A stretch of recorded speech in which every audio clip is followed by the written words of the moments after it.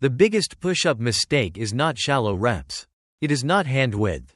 It is not even elbow flare by itself. The real mistake is losing your scapula and ribcage position while you press. That is the moment a push-up stops being a clean strength movement and starts becoming a shoulder stress test. If your push-ups feel weak, awkward, or all front delts and wrists, this is probably why. Most people think a push-up is just bending the elbows and getting back up. That is already the first mistake. The elbows are not the story. The shoulder blade is the story. Here is what usually goes wrong. First, people let the chest sink between the shoulders at the bottom. It looks like depth. It feels like range of motion. But mechanically, that is often just the ribcage dropping and the scapula losing control. Instead of pressing from a stable base, they hang on passive tissue. Second, they lift the hips or let the lower back sag. Now the trunk is no longer one solid lever. Force leaks. The push-up becomes a broken bridge. And when the middle of the bridge collapses, the ends take more abuse. That is why some people feel the movement in the wrists, neck, or front of the shoulders more than the chest. Third, they rush the bottom. They fall into it. Gravity does the lowering, not their muscles. So when the press starts, there is no tension to reverse direction cleanly. It is like trying to jump off sand instead of concrete. And fourth, they confuse, squeeze your shoulder blades with good form. That cue ruins a lot of push-ups. In a press, your scapula is not supposed to stay pinned together the whole time. It has to move. It has to glide around the ribcage. If you lock it back too hard, the shoulder joint loses room to move well. That is where most people realize they have been training the movement, but not understanding the mechanics. And once you see that, the fix becomes much simpler. Start with the setup. Hands just outside shoulder width. Fingers spread. Screw the hands lightly into the floor so the elbows do not spin out mindlessly.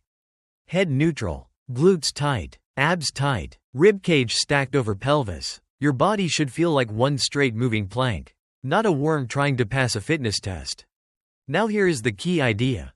The push-up is a moving plank plus a controlled press, not just an arm exercise. As you descend, think of lowering your whole body as one piece. Do not drop your chest first. Do not let the hips lag behind. Keep the sternum, ribs, pelvis, and thighs traveling together. Your elbows should bend back at a natural angle, usually somewhere around 45 degrees from the torso. Not straight out like a T and not glued so hard to the ribs that you turn it into a triceps-only prison sentence. At the bottom, your scapula should still be controlled against the ribcage, not jammed back, not winging off the torso. Controlled, stable, alive. This is the part most people have misunderstood for years. The goal is not frozen shoulder blades. The goal is shoulder blades that move well on a stable trunk. Then press the floor away. Do not think push yourself up. Think drive the floor down. That changes the mechanics in your head immediately. As you come to the top, allow the scapula to protract naturally.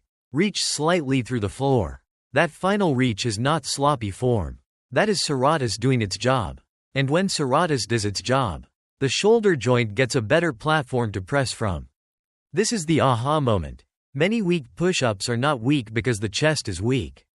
They are weak because the base is unstable.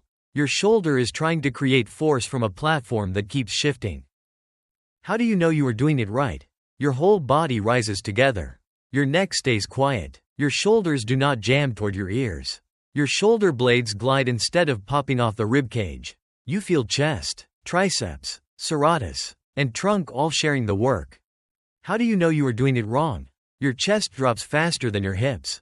Your lower back sags. Your shoulders shrug, your elbows flare wildly, or you feel the front of the shoulder taking the load more than the press muscles. And here is the myth to kill completely. More depth is not always better depth. If you gain 1 extra inch by collapsing the ribcage and dumping into the shoulder, that is not strength, that is borrowed range. Once the pattern is clean, use tempo. Try a 3-second descent, 1 second pause just above the floor. Then a strong press to the top with active reach. Tempo exposes bad mechanics instantly. Momentum cannot hide for 3 seconds. Next, use the top position as a teaching tool. At lockout, push the floor away until the upper back gently rounds without losing the ribs. That trains serratus anterior, which is one of the biggest missing links in bad push-up mechanics. You can also regress or progress intelligently. If your form breaks on the floor, elevate the hands on a bench. Same mechanics, less load. If your form is solid, add deficit push-ups, ring push-ups, or weighted push-ups, but do not progress chaos.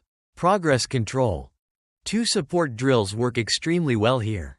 First, scapular push-ups. These teach the shoulder blades to glide around the ribcage without elbow movement.